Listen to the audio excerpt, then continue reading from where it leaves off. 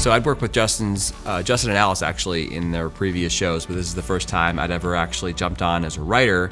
And shortly after, we did this in 2018 as a stage production. And I think it was in 2019, you approached me about jumping on as a writer, both for the book and for music.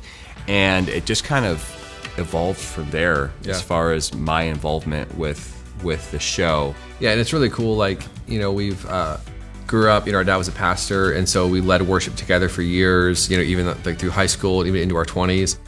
And so when the idea came to, hey, this show was cool, 2018 version, which Jon was in, but it needs some rewrites, it needs some help, not only in the book, but also in the songs. There's one thing I've learned in doing this now being our fourth show that we've written. Teamwork is best.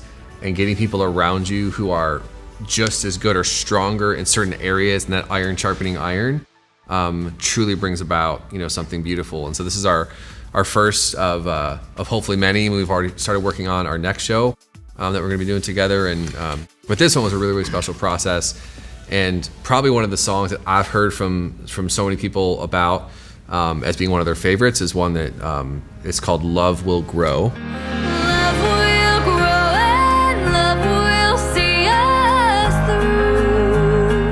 So Jon wrote that one. I'd love to hear just your thoughts on that.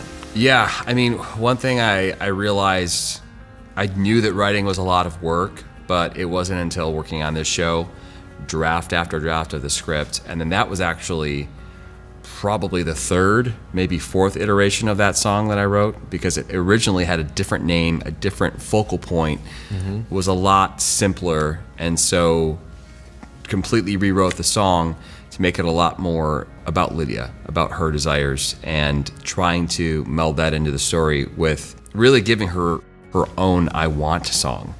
We made her character a lot more warm in this script, and I think that song really helps a lot. As a man writing a song about a woman's desires, hearing from multiple women and girls that they really identify and relate with the song, I'm like, okay, God, thank you. Because it's always a little bit, I think writing for somebody whose experience is not at all your own is always a challenge. So that was a relief to hear. Yeah.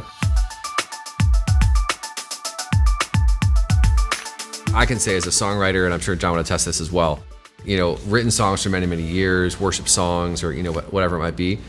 But when you have the ability to kill a character, you have lights, you have acting, you have sound effects, you have all these different things to enhance your song. It's really, really fun. I know, did you experience sort of the same thing? I mean, yeah, I think that it's not necessarily with killing a character, but I love killing characters. Yeah, I mean, I think that it's a matter of like making sure everything fits in the story and everything flows together seamlessly. That was the thing that probably took us the longest. But really, and remembering this just now, I think I helped with like a few songs in the first in the first one, like maybe through some lyrical ideas. But the finale was the first time we heard the melody of Between Two Worlds, the song Between Two Worlds, and so we ended up writing the finale together, which ended up becoming this theme that ran throughout the show. So we made Between Two Worlds Part 1, Part 2, and Part 3. So that's kind of like us collaborating together. We kind of extrapolated from there as far as what we did for the rest of the show to make it all come in together as one. Yeah.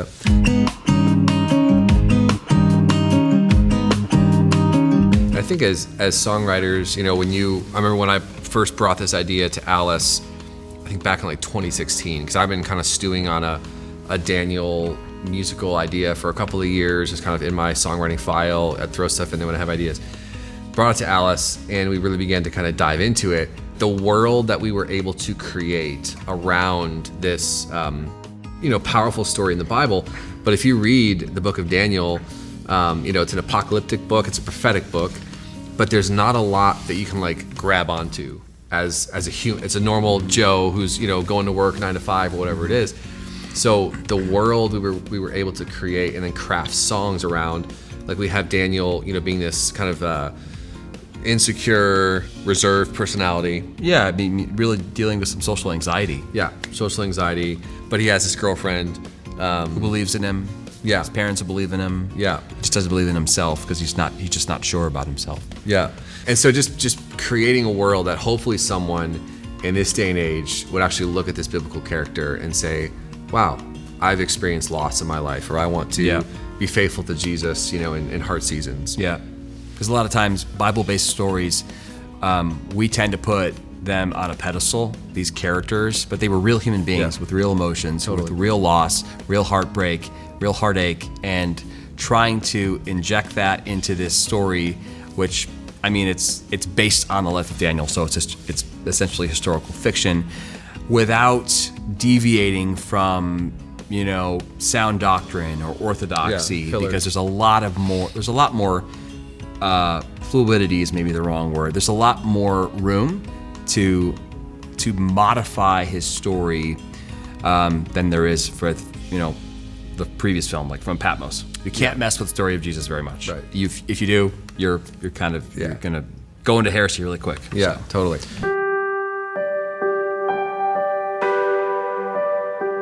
My favorite moment during filming week, obviously I gravitate towards songs, obviously. Probably very, very gratifying for me to see the finale turn out the way that it did. We have Between Two Worlds, part 1, part 2, part 3, in the show. And when that finale happens, which is, again, it's a song that we worked on back for the original in 2018, between all I've known and what's yet to be, between my future and memory, this line, the endless ache and the relief between two worlds. Like in this age, we have hope and we have heartache. And that's the thrusting point of this show. So when we filmed that one, I had tears in my eyes. Yeah, the cast, the lights, everything was going great. But it's the message of we are, the Bible says that we're aliens and strangers. We're on this earth, but we are citizens of heaven. We are between two worlds. And of course, for our character, he's an Israeli guy in Babylonian captivity. That's also two worlds. That's probably my favorite, most gratifying moment on set. Yeah, I mean, there's so many layers with the Between Two Worlds. My favorite moment, I got a little bit emotional on that. Jewel was making fun of me because we were standing up on stage, and she was like, after, she's like, you're getting a little into it, John? I'm like, yeah, I was, because that I think it's really going to be powerful, the finale. But I loved the way that the dream sequence turned out with the dancers, with the lighting. All of that's going to be, I think, really incredible. So the goal, start to finish, there's this story that just guides the audience through, musically, lines, everything, choreography, lyrics, that is just powerful and packs a punch. And I think that both of our goals is to not create video sermons, but to actually create narrative that, yes, it has a message. Almost every narrative does, but that's actually guided by story, not sermons. Yeah.